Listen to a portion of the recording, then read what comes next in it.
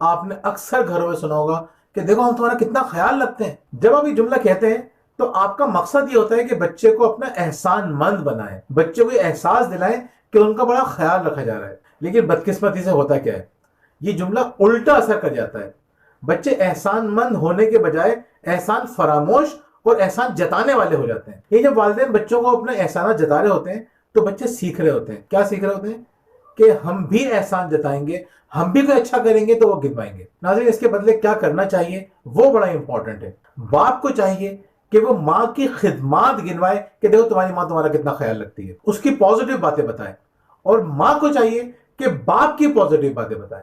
औलाद के point of view से ये सोचना चाहिए कि हमारे माँ बाप ने अगर कुछ किया है तो हम खुद एहसान माने। यानी अल्लाह ताला ये हमें एहसास दिलाता है कि औलाद को चाहिए कि माँ बाप के एहसानमंद हो, लेकिन अल्लाह ताला ने कभी ये नहीं कहा कि औलाद को एहसास दिलाओ कि तुमने उन पर एहसान किया।